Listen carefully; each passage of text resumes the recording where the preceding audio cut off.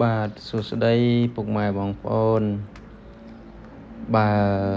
សិនជាខ្ញុំចែករំលែកនៅអំពីគាថានេះឲ្យពុកម៉ែបងប្អូន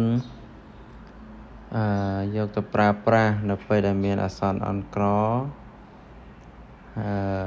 ខ្ញុំដកស្រង់ចេញពីសិភៅលោកតារបស់ខ្ញុំហើយវាតកតងនៅក្នុងធម៌របស់ព្រះសម្មាសម្ពុទ្ធផងដែរហើយគាថានេះយើងអាចសូត្របានពេលដែលពុកម៉ែបងប្អូនជួបនៅសង្គ្រាមឬក៏ជួបមានការបាញ់ប្រហារគ្នាអីហ្នឹងបងប្អូនអាចសូត្រគាថានឹងបាន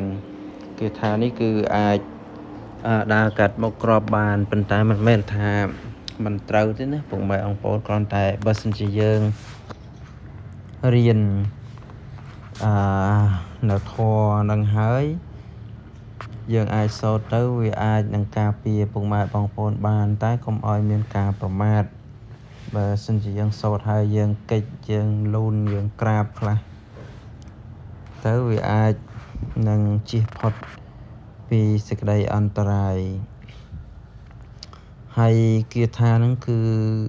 អចេរាំងវត្តយ៉ាងកាយោបដ្ឋវឹងគឺសូត្រតែប៉ុណ្្នឹងទេពុកម៉ែបងប្អូនបើធម៌របស់ព្រះសម្មាសម្ពុទ្ធនឹងឯង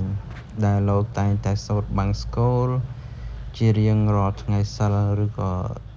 ទៅបុណ្យឯណានិមួយក៏លោកសូត្រដែរអចេរាំងនឹងឯងអចេរាំងវត្តយ៉ាងកាយោបដ្ឋវឹងនឹងឯងគ្រាន់តែប៉ុណ្្នឹងយើងសូត្រភាវនាដើរកាត់មកក្របបើមានជុំទី3មែនក៏ពុកម៉ែបងប្អូនអាចយកទៅប្រើប្រាស់នៅពេលដែលយើងជាវិជាជនវិជារះធម្មតាមិនមានអាវុធតតាំងយើងមានតែភាសឹកឬក៏រត់គេចហ្នឹងយើងសូត្រភាវនាបាលីនឹងពូកែណាពុកម៉ែបងប្អូនណាហើយសូមឲ្យពុកម៉ែបងប្អូនមានសុវត្ថិភាពមានសេចក្តីសុខសេចក្តីចម្រើនជៀសផុតពីសេចក្តីអន្តរាយបើមានសង្គ្រាមមែនសូមជម្រាបលាអរគុណ